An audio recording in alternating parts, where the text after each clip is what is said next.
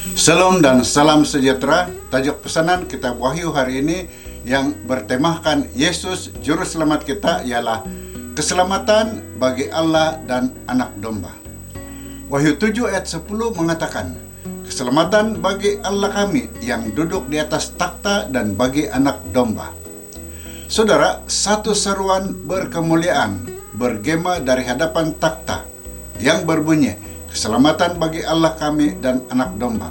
Sorakan ini bukan suatu pujian kepada diri mereka sendiri, tetapi tindakan pengagungan kepada Tuhan dan Juru Selamat mereka. Yesus adalah sumber keselamatan, tanpa Dia tiada harapan bagi manusia. Dia bukan sahaja telah mati, tetapi kini hidup dan memerintah membawa keselamatan yang kekal. Di tengah dunia yang penuh ketidakpastian, kita memiliki satu keyakinan yang teguh. Keselamatan kita telah dimeterai melalui darah anak domba.